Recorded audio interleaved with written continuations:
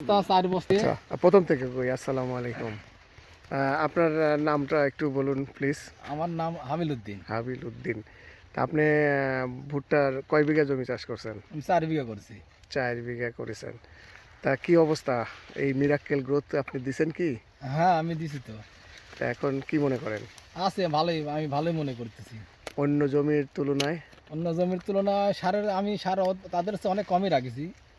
তারা যেভাবে পরিমাণ সার দিয়েছে তার চেয়ে কম রাখেছি। এই হিসাবে আমি ভালোই মনে করতেছি। আচ্ছা, তো তারা যে বিঘাতে দিছে কেমন? তারা শুনতেছি যে ৫ বস্তা, ৪ বস্তা, ৬ বস্তা করেও মারিছে, এরকমও শোনা যায় প্রতি বিঘায়? প্রতি বিঘায়। আর আপনি? আমি আমি ৩ বস্তা দিছি। ৫ বস্তার জায়গায় ৩ 3 বস্তা দিছি। বস্তা। আচ্ছা, আচ্ছা।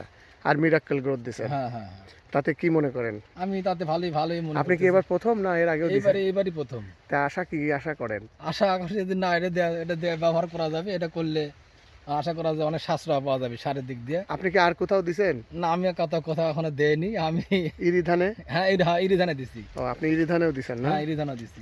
আচ্ছা, আচ্ছা।